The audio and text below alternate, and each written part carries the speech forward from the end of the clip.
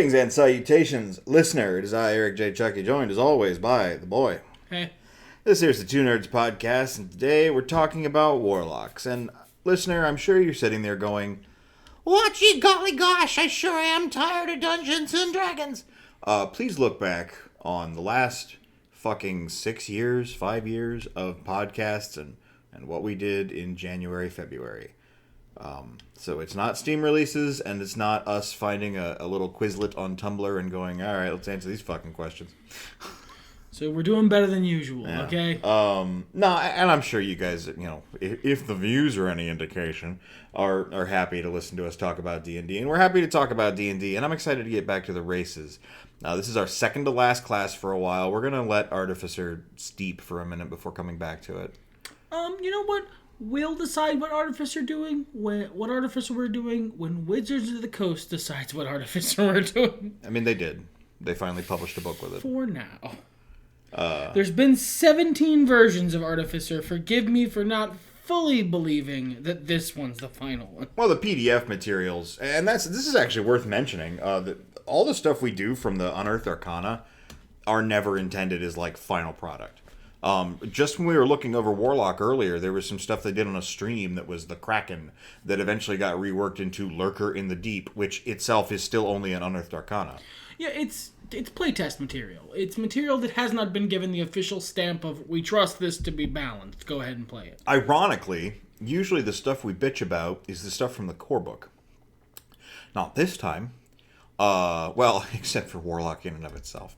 I also wanted to mention that we'll probably do, I think I talked about this before, maybe not. We'll probably do some catch-ups here and there at some point to cover some of the subclass options that have come out since we started doing this for, the early classes, like Bard, I know has had a couple new ones come out, and Cleric and such. So, don't worry, we'll still continue to talk about them, just less themed.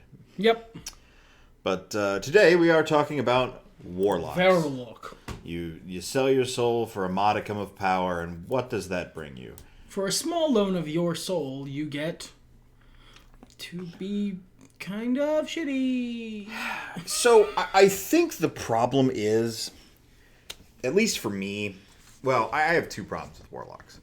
And I feel like they're both kind of personal, but one I don't know is entirely my fault. So let's talk about that one first.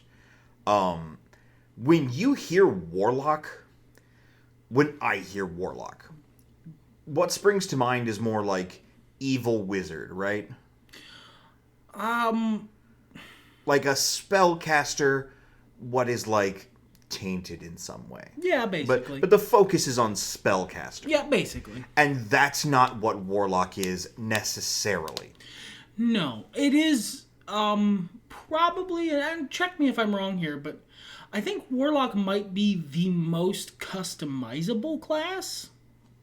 You can make a lot of different stuff with a Warlock. I mean, Wizard is in that most of what a Wizard does is their spells, so... Yeah, but like Warlock has invocations and pacts and... the first thing, your starting packs, your patron, invocations, and there's a lot of choices for pretty much all those things. Yeah. So you're going to see the most variety in a warlock, I feel like. Yeah, I think that's definitely possible. Obviously, there are certain pacts and patrons and whatnot that are, they match better, but you don't gotta. You don't gotta. You can play a pact of the Fiend. You can play a pact of the Tome Hexblade. I don't know why you would. I wouldn't recommend it. But you could do that. Which leads me kind of back into what I was saying, is that your Warlock, it behooves you not to think of them as a spellcaster. Think of them as you would an Eldritch Knight. Yeah, think of... the best way of putting in a Warlock, I think, for me, has always felt like, think of a Warlock kind of like a Bard, if a Bard wasn't a support caster.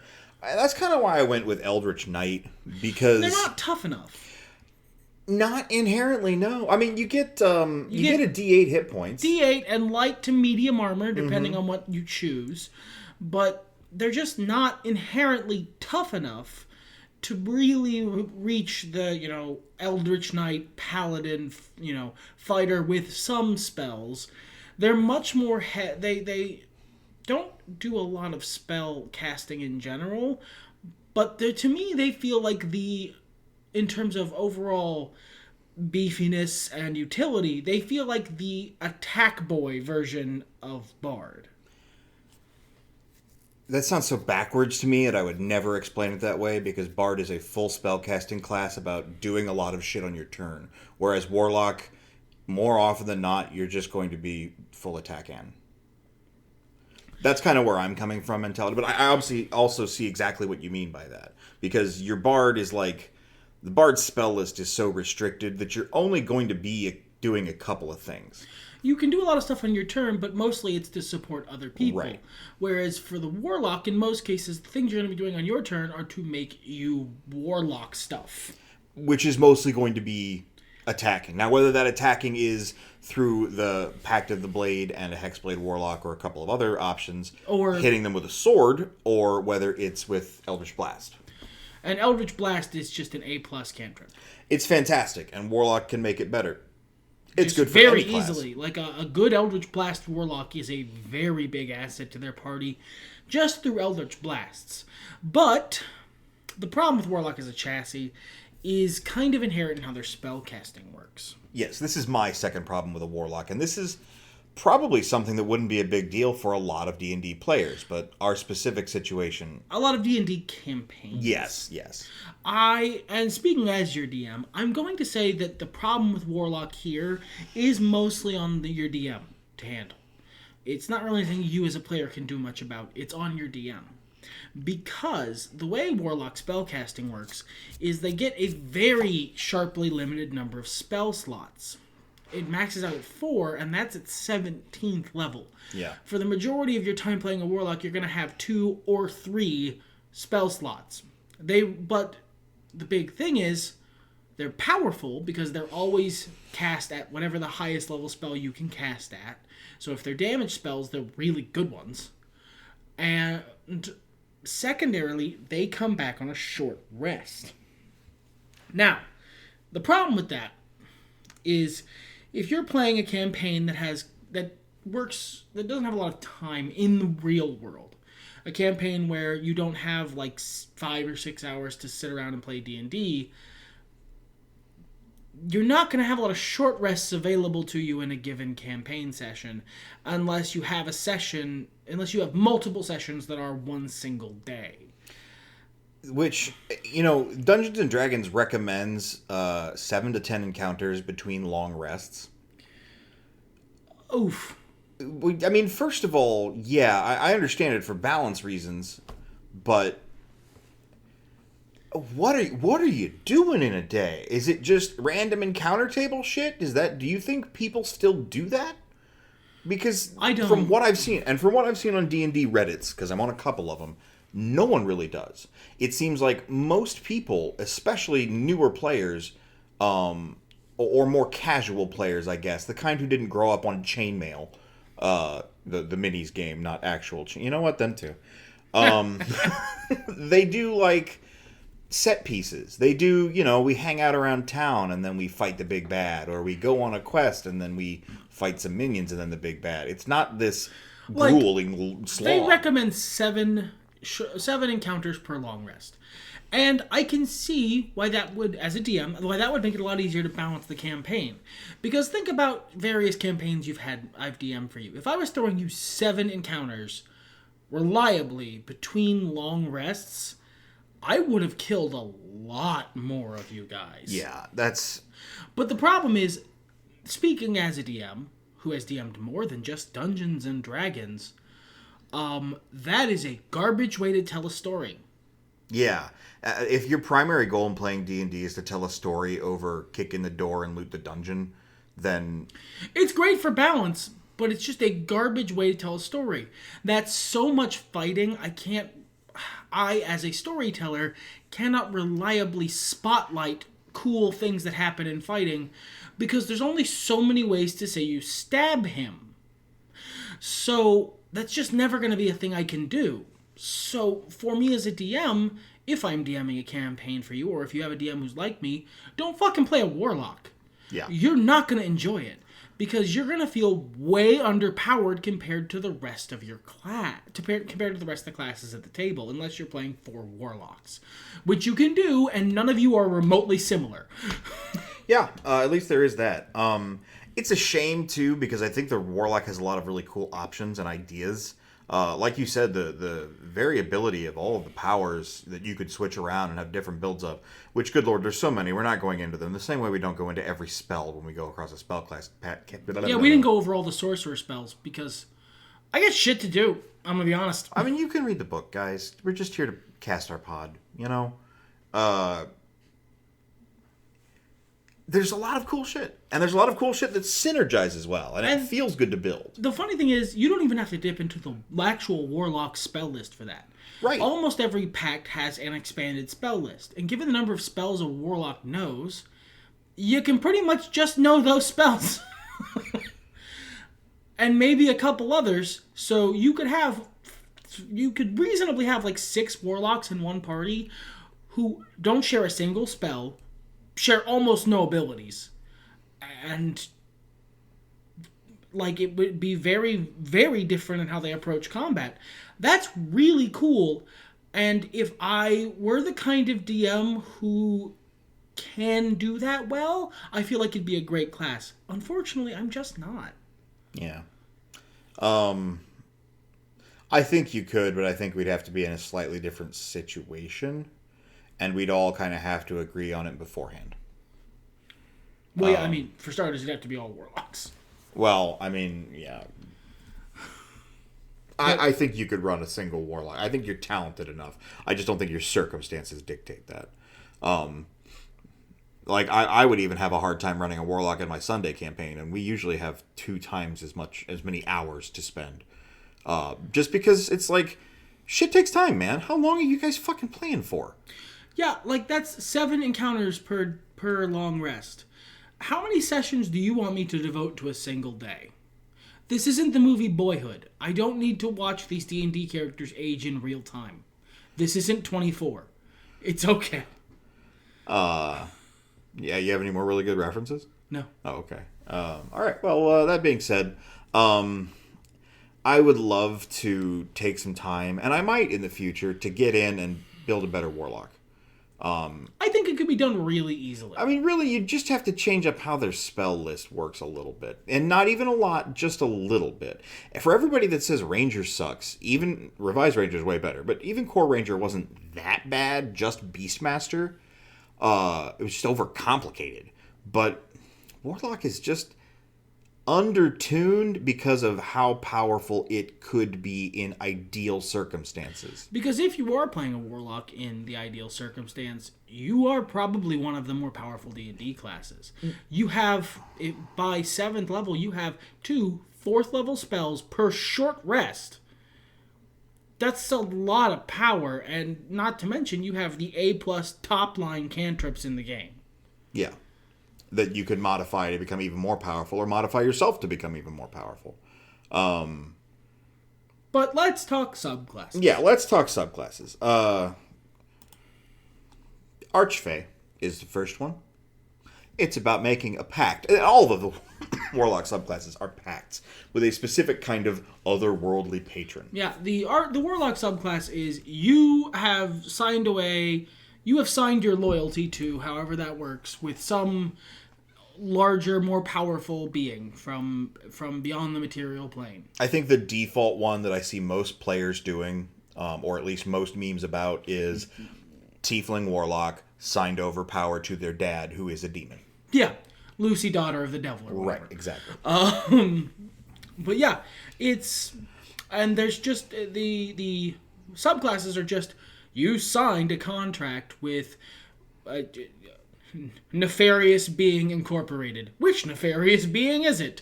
What flavor of fucked are you? And we start off with Archfey. Yes. There's a big fairy who you probably gave your name away to, or some shit like that. Yeah, accidentally gave some bread, and they're like, well, now I have to pay you back. I know, I'll bond you to my service. What? Yeah, you'll get a lot more power. You'll work for me forever, but it's really a good deal for you, and this is in exchange for the bread. I don't want that. Well, I can't not give you anything. Oh, fairies. This is kind of a boring subclass for me, because... Yeah, you don't like Archfey. No, I don't like Charm and Frighten as status effects. They're not as bad as I always think they are, but at their best, they're single-target soft CC. Charm is... Frightened, I think, is okay. Charm is just way less powerful in 5th edition. Charm is, you're someone else's problem. For a bit. Yeah, for a bit. It's just... And then you're not, and you'll be really pissed at me because you mystically know that I used a charm effect on you somehow. Yeah, I don't... I'm just upset about that as a feature because it makes other classes that use charm just fucking... It makes them way less effective and way less fun to play because as a bard or whatever, you can't charm the shopkeeper for better prices because later, 10 minutes later, he's going to come running up with a bunch of guards. That's him! That's the one, officer! He ensorcelled me! Kill him! That's not... Then why is the spell there? Yeah, basically, in comparison to all the other stuff. And that's Warlock in a nutshell. I mean, why are you so careful to nerf Warlock when Druid is right over there? Just being good at everything and better than some classes. Whole other classes at things. Hi, everyone. I can become temporarily invincible, basically, until I run out of a meter that is my hit points, and then I got a bunch of spells and shit. What do you do, Warlock? Half of the second thing. But I got that Eldritch Blast, though. So yeah, you get charms and you get frightened. You get some fairy themed spells. You can teleport as a reaction. It's a little. It's not okay. Amazing. It's core book. Yeah. What do you expect? Celestial is one I have played. I think it's pretty decent. It's basically centered around healing and radiant damage and fire damage for some reason. Be purged in holy flame. I guess I that's not necessarily the way I would go by default, but welcome to 5th edition. You guys have heard our other podcasts, I'm sure. Anytime fire comes up. Specifically when it's with, like, holy stuff. Like, we have radiant damage right there. I can make that 40k joke as many times as you need me to, buddy. It's right there, and it won't ever not be. I blame the culture, bottom text. But you get a bunch of healing. It's the Divine Soul Sorcerer equivalent for Warlock. But not really, because you don't get a bunch of healing. You get Cure Wounds as one of your spells, one of your very sharply limited spells. And you get Healing Light, which I'm going to be honest is kind of a shit feature. Comparatively, yeah. Just compared to, say, a Paladin's Lay on Hands, which is what Healing Light should be. I know it's less unique or whatever. Healing Light should be a Paladin's Lay on Hands. Or they should give you more D6s. Or, more accurately, they should give you your Charisma bonus. Sure, that'd be great. Just flat numbers. Tying it into D6s so that a 5th level Warlock or whatever, because you get a number of D6s equal to your Warlock level plus 1 of healing you can use. And you can only use up to your Charisma modifier. So a 4th level Warlock with a 20 Charisma could use 5d6 and roll 5 healing. That feels like shit. Yeah. That is the biggest kick in the penis of a mechanic. And like I think Healing Light makes sense in general as a bonus thing, because if your role is healer at all, you need more than 2 healing spells a day. Yeah, I agree. But compare the Divine Soul Sorcerer. One, they get Sorcerer Casting, which is just a lot more spell slots. Yeah. That aren't power gated behind short rests, because on average, if you're doing what I imagine the average D&D group does, the Warlock's probably going to end up with about as many spell slots as everybody else, but slightly more powerful because they're at a higher level. Mm-hmm. But they're gated, that in exchange for that, they are gated behind short rests. Yeah. Whereas the Sorcerer can dump his healing wherever is convenient for him, and it's bound more closely to spells, so he gets a lot more flat D bonuses a lot more flat charisma modifier bonuses, same casting stat, and they get empowered healing at I think like 6th level, where they can use sorcery points, a resource, by the way, that speaking as someone who's played a high-level sorcerer, at a certain point, you just find it hard to run out of, to re-roll healing dice. Compare those two, and there isn't a comparison. There's not really. I had to stop this character despite really enjoying them because I was stressed out in real life. We translated that to the character being stressed out in game over some other in-game stuff. But like, as much as I liked this character and I like this concept, execution just doesn't pay off. You feel underpowered, and speaking as someone who's played a healer a lot in their time playing D&D, when you're the healer and you're not doing your job right, it is the most stressful. You feel like a mom whose kids are running at light sockets. Well, and like, unlike every other warlock, I don't mean to keep saying it like that one movie, but God, it keeps coming out that way. You say it like that almost every time you say it. You don't have a backup to do what you're made to do. So every other warlock's about damage. So you're either going to have a magic weapon, bond thing, or Eldritch Blast. Exactly. But you don't have Eldritch Heal. Fuck, give them Eldritch Heal. Yeah, give them a special cantrip they can use that is on your turn as an action. You cast Eldritch Heal. It works like Eldritch Blast, only instead of D10, it's just your charisma modifier healing. That's not that powerful, but it's a way to, and works like Eldritch Blast in that it's multiple rays, or shit, just literally make it Eldritch Blast. But when you cast Eldritch Blast at your allies, it heals them. Yeah, sure, that's a better. This is book. Make them a priest. Is what drives me nuts. Make them a WoW priest, is what we're saying. Yeah. That's just what that character was, so, But this is in, I think, Xanathar's Guide or something? It's just supposed to be balanced, and gee golly gosh, it's not. Again, it is if you're doing that very specific kind of multiple fights over a long day of random encounters or dungeon crawling. Sure. But for anything else, it's just not great. The funny thing is, though, I mean, you say that out loud, and, like, because we're not looking at the nitty-gritty of it, that makes sense. Even if you're only resting half the time, that's 3 hours of just sitting the fuck around between your encounters. Yeah. Short rests also being an hour long is something that I can go into detail on why I find it thematically troublesome. I mean, it's break for lunch kind of thing, I guess. We got cat aggro.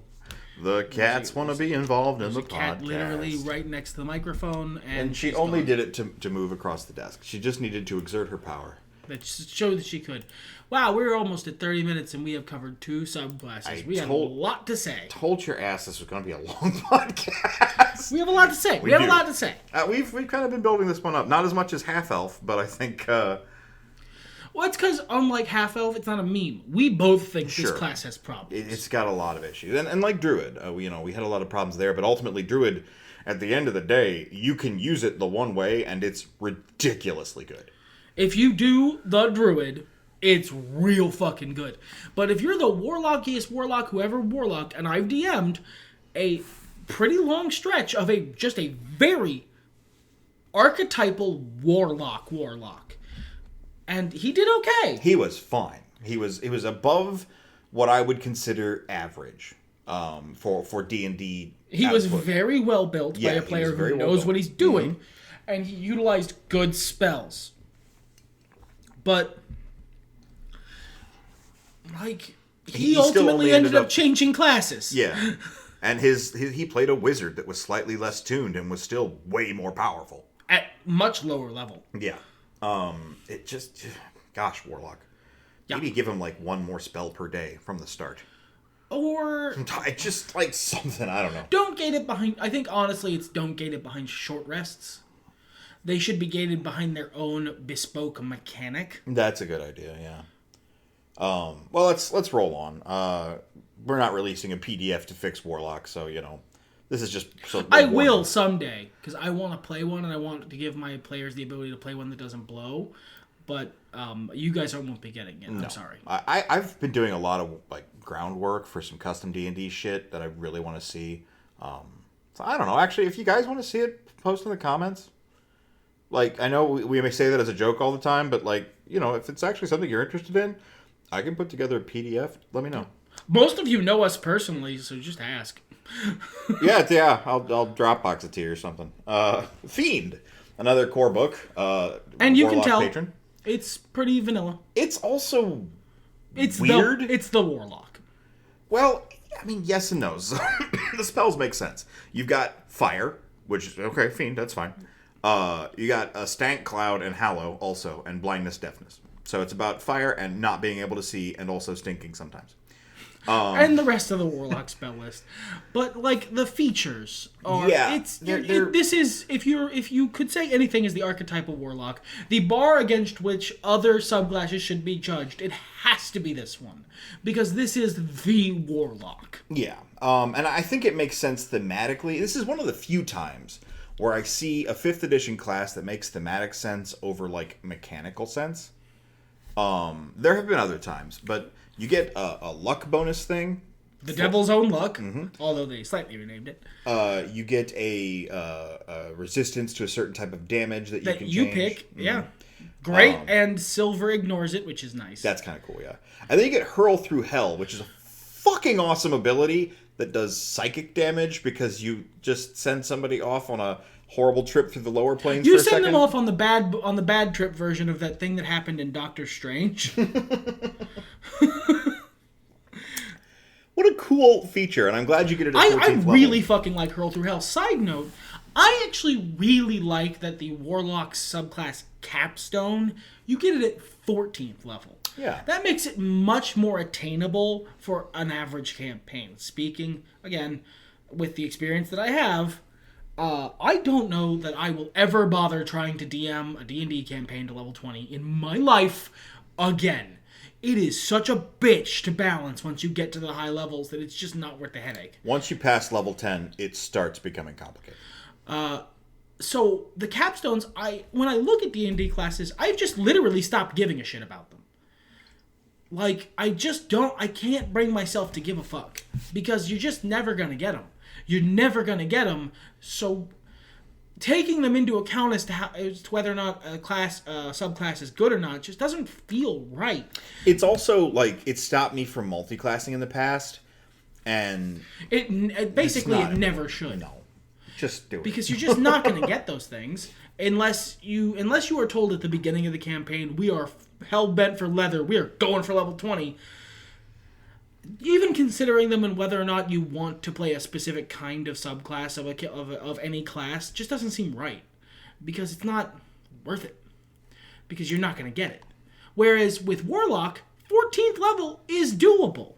Yeah. So I feel like the capstones actually are worth talking about very seriously as to how good they are. And Fiend's a fun one. It's good and fun. That's a lot of damage at that level, and it's neat. Next up is Great Old One. Oh, yeah. Which is the core book Aberration one. Oh, we're skipping one that'll show up in various online tools called Ghost in the Machine because it's the modern D&D thing, and we usually skip that because if I'm going to play a modern supernatural game, I'm not going to use fucking D&D. I think what they supply there in those different classes and spell lists is really neat, but unless they did a full book, I'm not. Don't try and hammer shit in with a wrench. Yeah. It's the wrong tool for the job. Yeah. Don't try and play a modern game with D&D. It's the wrong tool for the job. Yeah, then you really have to get into the philosophy of why does my gun only deal X damage? What is the hit point? It's the wrong tool for the job. It's not the right genre for that chassis. Don't do it. Don't hammer things in with a wrench. Speaking of which, the Great Old One is about telepathy. Yeah, that's basically it. Yep. You're really fucking good at telepathy, and it has a really cool capstone. This is the kind of Warlock I DM'd for a while.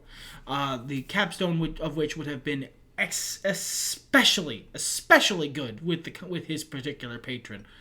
And I think that will cross over a lot of times with the kind of patrons you'll get from Great Old One. So I really like it.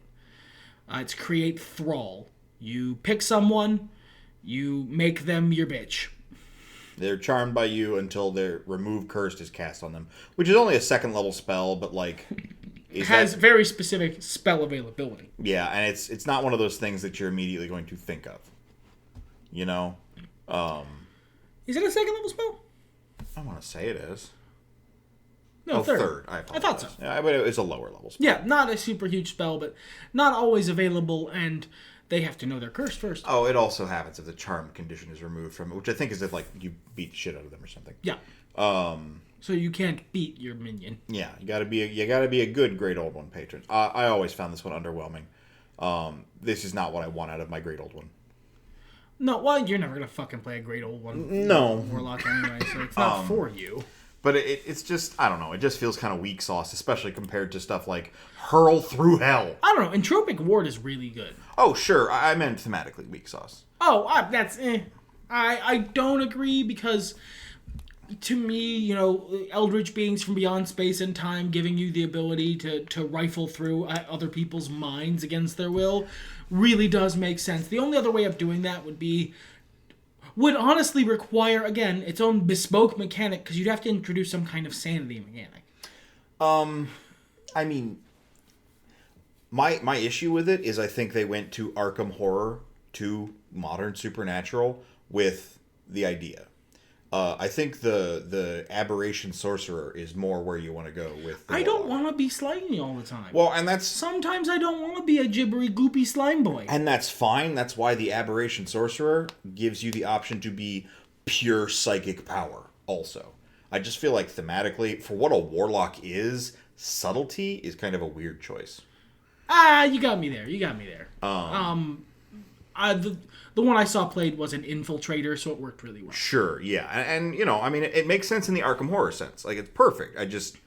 We're not playing that game. We're playing D&D. It's meant to, you know, garner paranoia right, and such. Exactly. And those aren't mechanics. And again, it's not D&D. That's not what it's for. Yeah. Moving on to Hexblade, which I think is a really solid... It's one of the top two ones, yeah. It is probably mechanically the best one. You are going to be basically a ranger with smites in terms of your battle prowess. You're not as... Yeah, you're a melee ranger with the smite spells from Paladin. And if Cone of Colt for some reason. Yeah, Cone of Colt. Sometimes you need AoE. Sometimes you need AoE. I just can't Cone of Colt specifically. It was kind of a weird choice. You are the Hexblade, wielder of a magical sword. You get smiting spells and also Cone of Colt. Well, you don't have to take it. It's just a weird choice. It's that fucking eggs, milk, drugs thing. That's absolutely fair. Shield, Wrathful Smite, Blur, which is a combat ability, Branding Smite, Blink, again, combat defense, elemental weapon, Phantasmal Killer, your sword is a ghost now, that makes sense, Staggering Smite, Banishing Smite, Cone of Cold. It's just AoE damage. It's just AoE damage, and there's only so many of those. I guess. But it's really good. It's really well made. Yeah. It pairs up with Pact of the Blade really well. Hell yeah. And it just makes you a good frontline fighter. It's other things, like the other increased hex stuff you get at higher levels. The curse is really good. Master of Hexes makes you good enough to hang out with a paladin. What level do you get Master of Hexes? Or Hex Warrior?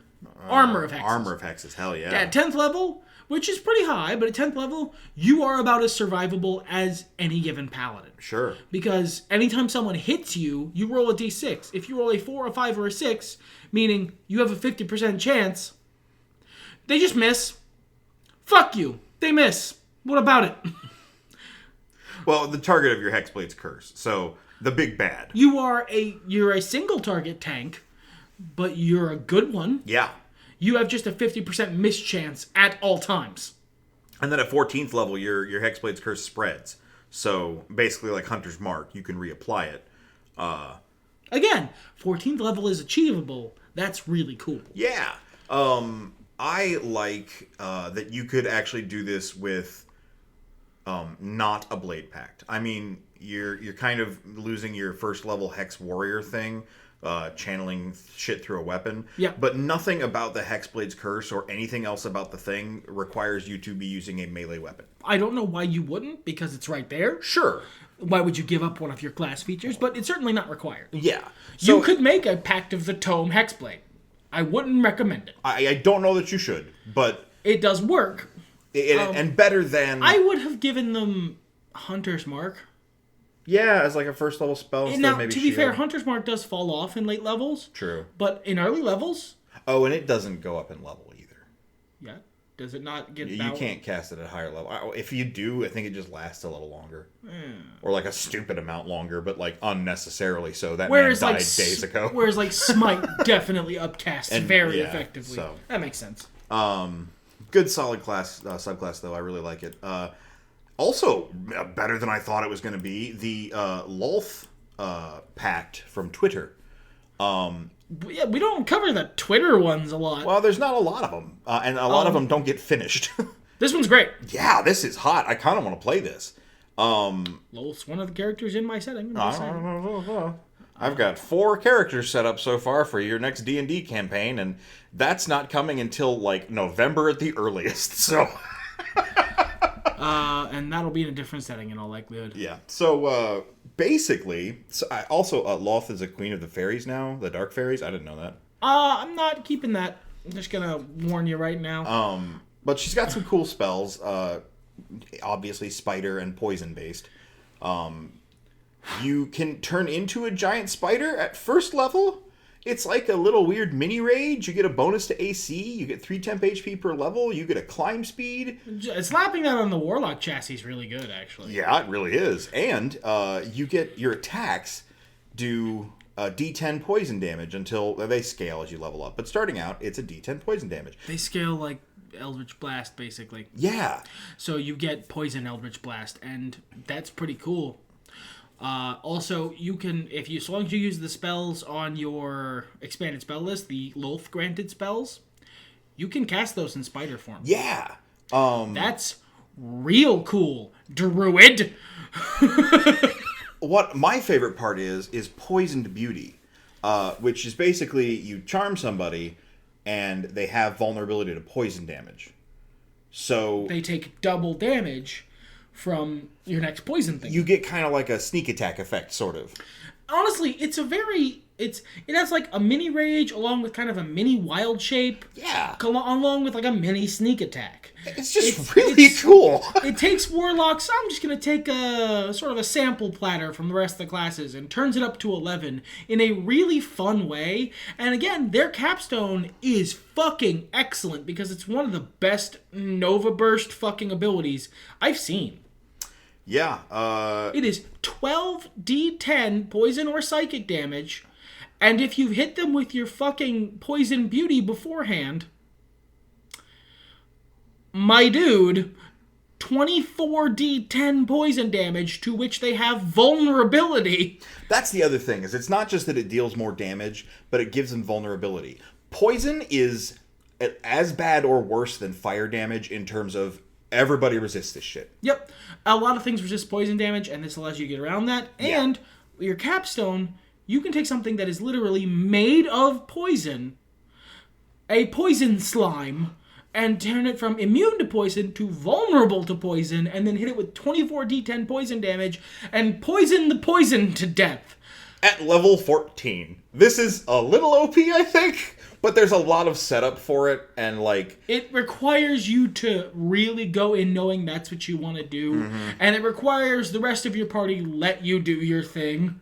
Yeah. But, like, it's such a cool ability, and I, as you may have guessed from me mentioning it a few times throughout the classes breakdown, I like that you're so good at blank that you take things you can burn. I like you're so good at fire you can burn a fire elemental. Yeah. As a thematic thing, it feels really good as a DM to describe that. Yeah.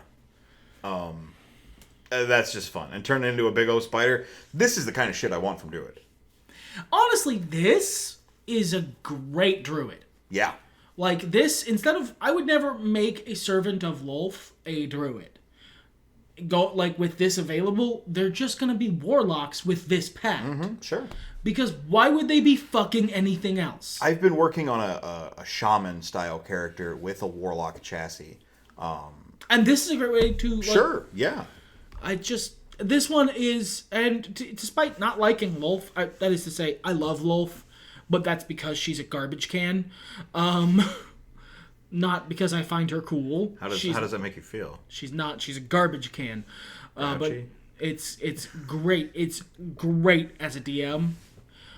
This is a really fucking well done Warlock. Yeah, like it's that 14th level ability is powerful, but because of the spin up to get there, I don't think it's OP. Earned. It's one of those.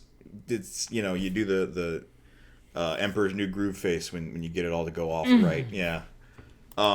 Next up's Lurker in Deep.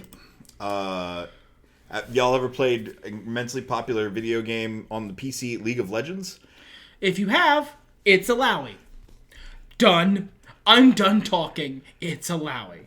If you haven't, you get some storm spells added to your spell list. Lightning damage and shit like that. You summon big spectral tentacles and slap people with them. Just beat the shit out of them. And then your ult is you summon the biggest tentacle. Or you and all your friends get into a giant mouth and teleport somewhere. So I guess you can moonlight as Tom Kench if you wanna. If and you want. By the way, just so we're clear, as a DM, if you pick that version of Devouring Maw, you are absolutely summoning Tom Kench. Sure. Fuck it. Friendly Bayou Demon. Let's move on to the most recent one, the Noble Genie. This is weird. Yeah. Like when I saw the name, I joked that it was the genie sorcerer he wanted, and then I read it, and I said no. I read it, and I mean, no, this one's weird, you guys. At first glance, it looks decent. I like their interesting set of spells. Fog, Cloud, Sleep, Enlarge, Reduce, Phantasmal Force, Create, Food and Water, Protection from Energy, Polymorph, Phantasmal Stop Killer. that. We don't have to do them all. Big Beast Hand and Creation. Just because it's such a unique set. Like, those are all kind of all over the place. And very genie-esque. Yeah, they fit the theme, though. The often imitated, never duplicated genie of the lamp. And it's got an interesting, bond thing that you can create with another creature that, like a familiar or a fellow party member, that gives you guys, boosts them a little. Yeah, and boosts you as well. Mm-hmm. And you can cast spells from their space, and that's really cool. You get the variable elemental resistance that the Fiend one has. Which is a good feature. And then things start to get weird. Starting with Genie's Entertainment. You send an enemy for your genie boss to just laugh at? Like, you just send them to get roasted by a genie, and I don't mean physically, I mean, he just points and laughs at them for a while, and then sends them back, I'm bored of you now. What the fuck? This is so fucking bizarre. I would expect to see it in some weird-ass Japanese fighting game. I would expect to see Maximilian Dude going, well, that's a fucking weird super. All right, 8 out of 10. You're never going to see that again. What? He sent them, you choose them, and then they get sucked into your lamp, because you're not going to pick anything but a fucking lamp. There's other options, but you're going to pick a fucking lamp. Yeah. Unless you're a Philistine, you're going to pick a lamp. So they get sucked into your lamp, and then they get sent to this fucking hookah smoke-covered divans fucking and satin curtains room where your genie boss just goes, oh, sweet, Phil sent someone for me to laugh at. Do your dumb monkey dance, mortal. No. Okay, I'm bored now. Fuck off. And then they just come back. Who thought of this? What the fuck is this? I love it, but what the fuck? I love it thematically. I mean, it's just banishment mechanically. It's just kind of a hard CC for one target. Which it's banishment. I find it's banishment, but slightly worse. Because their feelings are hurt. No, because you can't send extra dimensional people away permanently. They always come back. I think it's because their feelings are hurt. That would be better. Mechanically better because their feelings are hurt. It'd be cool if you could cast Vicious Mockery every couple turns or something. Honestly, you know what? That'd be really great. You send them away, and they always come back, so that's slightly worse. But when they come back, you roll Vicious Mockery damage for every turn they've been gone. Ooh, that'd be sick. That'd be a better capstone than what they get. I mean, farting on a fucking snare drum would be better capstone than what they get. They get the worst fucking capstone. I glazed over it. It's not even good enough to be a first level feature. I glazed 8d6 hit points. But everything else, no. I mean, that could be all of 6 hit points, and I've rolled that way a lot. Like, that's the good one, but the other 2 options are sucky. Yeah. Well, yeah. I mean, I think those are good for a first level thing, though. Yeah, they'd be fine for a first level thing, I guess. Yeah. I mean, honestly, where it is, if you got it first level, and instead the first thing was a creature you can see in 60 feet regains half your level, minimum 1 d6 hit points, and ends 1 disease or condition affecting it from the list. Yeah, that'd be great. That's a fine first level feature. But not very genie-esque. I mean, yeah, that's kind of, well, it's supposed to be like a wish, but it... Or just give the fuckers divine intervention. By the time you get to this level, you don't have 9th level spells. So I understand why they had to come up with something else. Well, yeah, but a cleric get those at 17th level. A cleric gets divine intervention at like 10th level. Right. The capstone to the genie warlock should be wish. You get wish. Right. Because what the fuck, designers of D&D? That should be the capstone to the genie thing. What the fuck? Why is it not that? That's such a gimme. Because, I mean, I would say you'd still have to, make the save DC check to implore them for their aid. So that's wish with extra steps, which is basically what divine intervention is. Yeah, that should be the thing. What the fuck? Also, that you have to pay them to do more than one of the very mediocre things they can do? I think it's per day. If you want to do it more than once a day, you have to pay them 500 gold. Which, that's neat. I'm not mad at that. Well, I mean, with the rest of that... Attached to that, I am. Yeah, attached to that, I am. If it was wish... Sure. If it was wish, you could make that... You could literally just make that the mechanic always. You have to implore them for your help and pay them 500 gold, but then you get to cast wish. Fair. Sure. Or even a nerfed version of wish. Even divine intervention. Or just fucking divine intervention. It's such a low roll. Who gives a shit? Basically. What the fuck? I'm upset at how bad it is. I would like to drag myself as part of this. Okay. Oh, that was pretty good. Hold on. I wrote down a good joke. The capstone is a shitty divine intervention. A divine inconvenience. Oh, God, I wish we had canned laughter. I'm pausing for you all to be laughing. Wish we had canned laughter. I think it's better that I'm sitting here in silence. It's more deserving. Yes. So all this time, like literally since this PDF was released, this Unearthed Arcana, until now, I thought it was Noble Genie as in like a nice genie. No, it's in like the genie who is the member of the royal family. Right. The boss genie. Which I would Big boss genie man. I would instead call that Genie Noble. Yeah, because you know how English works. I can't... How did that get to even PDF print? There are specific versions of how English works. Words have to be in a certain order to make sense. This violates it. A noble genie is a genie who is noble. That is to say, a genie who has the qualities of being noble. A genie noble is a noble who is a genie. Right. That's how the fucking language works. Let's move on to something that doesn't make us angry, because... Ooh, boy, look at this podcast. How's your Red Bar doing there, listener? The Raven Queen, who I think is a really cool figure that they brought up in 4th edition. I'm glad they've kept her. Yeah, I do too. I don't usually keep her because I usually do more bespoke deities for things, but like she's a cool like of the death deities, she's really pretty good. One. Yeah. She's from the Dark Bad, which is not great. The super fast version is this is 1/2 Arthas Menethil and 1/2 the Crow. Yeah, that's a really super fast version. We're done here. Memes aside, real quick, you get a really souped up Raven familiar, which I wish we had souped up familiar options like this for other shit. I would spend a spell slot to have a better familiar. Just the same way as Paladin gets better horse at a certain point. Like, can summon good horse. Yeah. Summon good familiar, please. Like, make it enhance familiar. Because oftentimes summon familiar is a character who you get attached to. Make it enhance familiar. A spell that you can cast to make your familiar better. Same thing as the horse. I might write that spell. Anyway. You get a bunch of cold spells, a bunch of necromancy spells. You can turn into your raven, which you can't fight while you're them, but It's a good travel ability. Good travel. You've got some good dodging around, hiding, dark vision. Good for recon. That's the crow half. So's your advantage on death saving throws and immunity to being frightened and resistance to necrotic damage.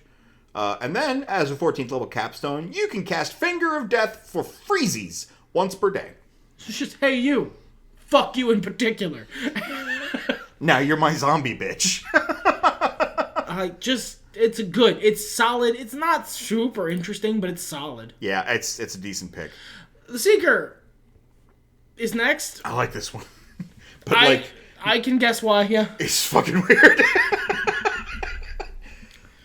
Like, all of your spells are divination. You know what? This is a very inside baseball thing that anyone who's not literally a player in my D&D campaign would get. But like most of you listen to this podcast, so if there was someone who was a warlock who worked for the Sphinx, they'd be this kind. You get a star shield, stars and time manipulation. And hanging out in the Astral Plane just to kick it. Hanging out in the Astral Plane, searching for things and doing divination magic. Yeah. If you were really a warlock cool. of a powerful Sphinx, you would be this kind of warlock. And that's, like, I'm not even joking. You can take, at 6th level, as an action, you disappear from the world for a bit, go to the Astral Plane, you can cast 2 spells on yourself. That only target you. Return to your space, and your so turn you could just, you just go, you basically pause the battle so that you can do your shonen anime power-up scene. You can go do your Sailor Moon transformation sequence and can't be interrupted. Honestly, if you're making a Batman build and you want to be OP, you can get 6th level Warlock as part of your build and give yourself prep time. You went a long way around the pub for that joke, but I fucking love it, so kept. Approved. This is the one thing... I was watching a podcast the other day that talked about the Astral Plane as being space. You have used it as fairy, which I suppose is what the Feywild is. I use the Astral Plane and the Ethereal Plane somewhat interchangeably. Sure. They're not actually supposed to be the same thing, but I'm gonna be honest with you, very few D&D players give that much of a shit, so I just use them interchangeably. Also, I mean, there's like 1,000 planes in D&D. Too many. I don't keep most of them. Yeah. I keep the elemental planes, and I kind of merge the astral and ethereal planes into, well, if I'm being completely honest, the Never from the Dresden Files. I don't do anything with planes until someone asks. I think the only plane we even know is a thing, like other than the ones mentioned in spells, is the Dark Bad. It's the Dark Bad is Scary Town. Scary Town, which is Dark Souls, which is perfect. Yeah, what a great representation of Shitburg. Badlands. At 10th level, you no longer need to breathe, and you gain resistance to fire and cold damage. That is very space. That is very, Aurelian Soul, very space. Yeah, I dig that. I dig this class in general. I was ogling it at one point. I really like Astral, their Capstone. It's very much a utility feature. Yeah. It's not a combat thing. But it's basically just, this is a great way to fix Warlock. Oh shit, I'm out of spell slots. Time out. We're going to take a timeout. We're going to take a short rest. We will be back with you all to finish this boss fight after the commercial break. You take 5 minutes to cast a ritual, and then you and all your homies go take a long rest. It's a short rest. Oh, is it a short rest? Oh, yeah, it is a short rest. You and all your homies take a short rest. So you can spend hit dice. You can do out-of-combat healing spells. You can do whatever you can do during a short rest. And you just chill for an hour so you guys have time to plan. So if you've got 5 minutes... If you've got 5 minutes, you've got an hour. If you've got 5 minutes, you've got a short rest.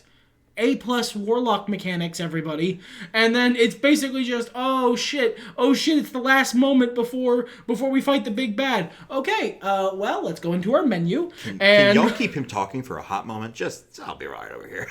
And then we go into our menu and we start eating all the cheese. Eat every cheese. I've eaten 42 cabbages, you idiot. Come at me. I've necked every potion in this sack. Let's go. Oh, yeah. Last but not least, we have the Undying Patron. This is full Necro. Full necro. Full necro, as compared to the Raven Queen, which was like cold necro. The Raven Queen is a death deity. The Undying is a necromancy thing.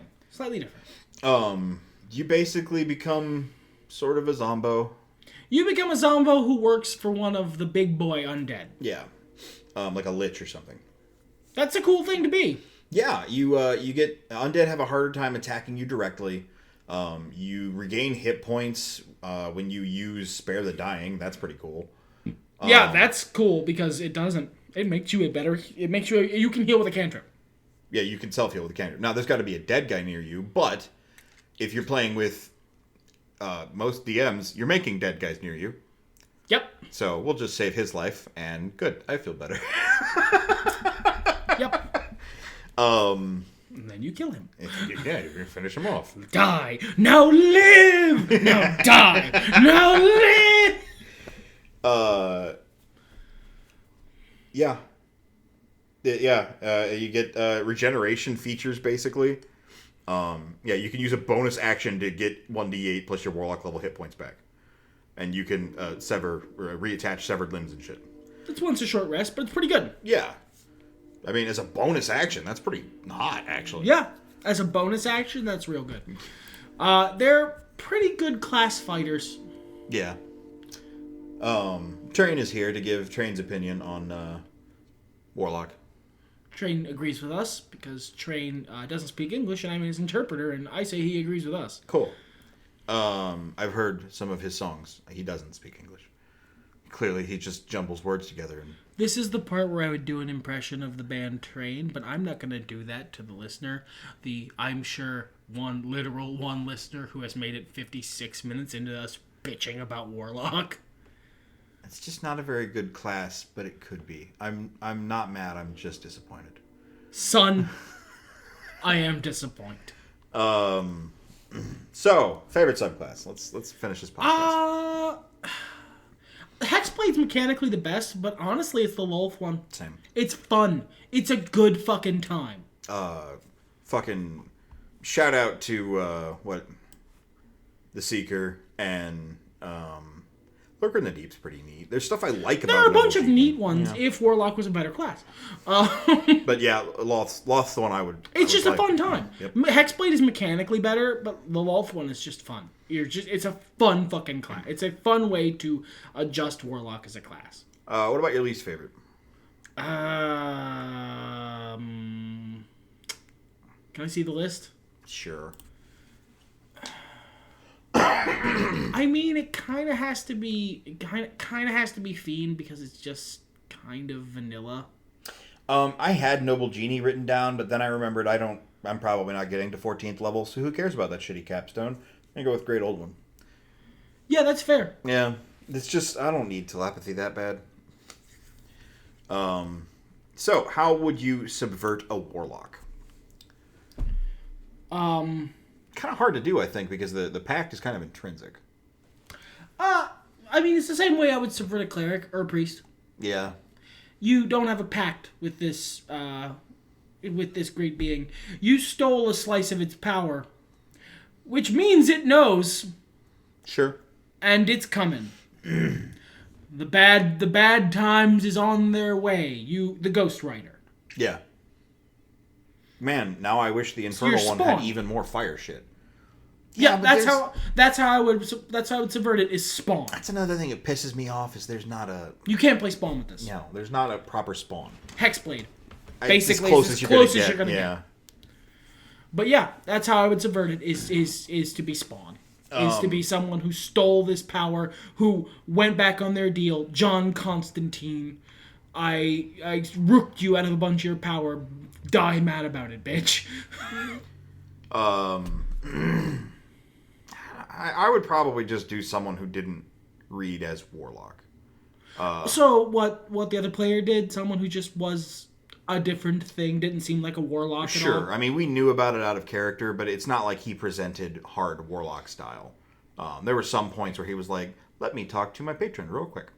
But, like, for the most part, it wasn't like that. And honestly, you can do that really easily because there's no mechanic with the Warlock where, like, your patron is actually going to make you do shit. No, that's the thing, is mechanically, they can't actually make you do anything. There's not an actual hard... I mean, obviously, any DM with their salt... Like, would want to tell a story with what you're giving them. Yeah, and of course, you're not going to be a Warlock if you're just going to completely disregard it. That's... Why not be anything else, then? But... They can't actually make you. There was a really cool thing I saw online that helps explain why there's no mechanic way for them to make you do stuff. And that's once they've given you the power, so long as you're still alive, they're getting what they wanted out of the deal. Yeah, I saw that too, and I liked it. You are getting more powerful, and then when you die, that power comes to them, and that makes them more powerful. In the long term, they don't really give a shit what you do with your power. You are benefiting them. Sure. And it depends on the story you want to tell. I like that as like for certain great old ones or certain archfey and that sort of thing, certain patrons, that'd be a really good way to flavor it. It's just, okay, you have my power, go do whatever you want.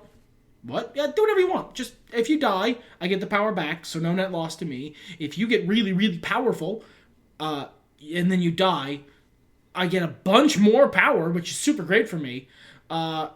And even if you thwart a couple of literally my schemes, I'm immortal, you're not. You're going to be inconvenient for like 20 years.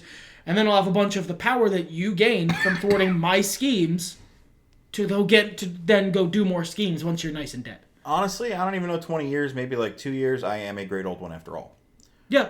Unless you're like starting a pyramid scheme, then you might be around for a while. And I did run a Warlock as literally a Warlock pyramid scheme once. He's not just pulling that out of the air. I forgot about that. But yeah, it's great. It's this. I get what I want out of this, even if actually there's a version of Warlock that it might be another fun way to subvert a Warlock, where the Warlock gives their power to someone who specifically hates them, like as a bet. Oh, you hate me? Oh, you're mad that I murdered your village or whatever? Fine. I will give you power. Go become powerful. Come fight me. You won't win. I am secure in my immortality and ultimate power. And then when you die, all the power you've accumulated fighting me becomes mine. I'm actually going to send progressively stronger minions to fight you to get you nice and swole so that when I eat you, you're delicious. That's really good. I like that as backstory. I might do that. Yeah, that's really good. Really good. I think honestly, most people who play a Warlock, from what I've seen, I do the I am bound against my will, crawling in my skin kind of thing, which it's fine. It's a perfectly fine thing. I would probably do it at some point, if Warlock were a better class. So honestly, in a small way, subverting Warlock is just getting along with your patron. Just being like, yeah, sure, whatever you say, boss. Yeah. Okay. Being a loyal minion, which you've done. I did.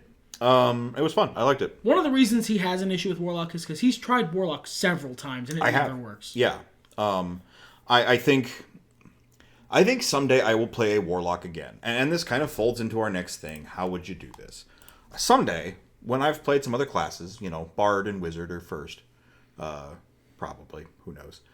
I'll go back to Warlock and I will make very careful choices to make sure I've got a very good character who then can cast a couple of spells. Right. Make it so that you are playing around the cantrips, which is what you're using most of the time. Yes. And then use your spells as daily powers. Right. And I would do something like the Wolf Cleric, the Warlock, or the Hexblade. And just make sure I'm able to stand up and, do my thing. This is what I've learned, because those were my trials and tribulations. I was making a ninja character who I probably should have made a Hexblade, but my dumbass didn't put 2 and 2 together when it was sitting in front of me. Who was incredibly loyal, undying Warlock to his patron. And he was fun, but when I ran out of spells, I was out of spells. I was relying on the dice I rolled, which were decent stats, but it's doing too much with one class. And if I had made a more solid Hexblade, definitely. Or if I had played a Warlock who really wanted to cast Eldritch Blast all the time, and I'd taken the features in the class that allow you to make your Eldritch Blast better, the Warlock we played with did that, and he was really effective. And he was really good, hard CC and damage. Solid damage. It never seemed like he was unable to perform. And his spells ended up seeming more like special feature things to really, like a high-level spell for any other character. Really put the battle over the top, put the nail in the coffin. Whereas his bread and butter was just, I blast him. So anyway, I started blasting. Warlock is just this is you have to be good at D&D and pay attention to what you're doing to play a really good It's Warlock. insofar as D&D has these, it is a high skill cap class. Now, that said, if you don't give a shit, you can fart through a Warlock easily. I mean, you're not doing the most deeps or whatever, but if you don't care, if you're really just there to be mad at, Demon Dad, that's right in level 1, my friend. You're good to go. That's the central class feature. You're mad at your Satan Papa. Really deep down, aren't we all mad at Satan Papa? I don't know. He sounds like a fun guy. He's going to give me power. Everything's better when nerds talk about it. Fuck it!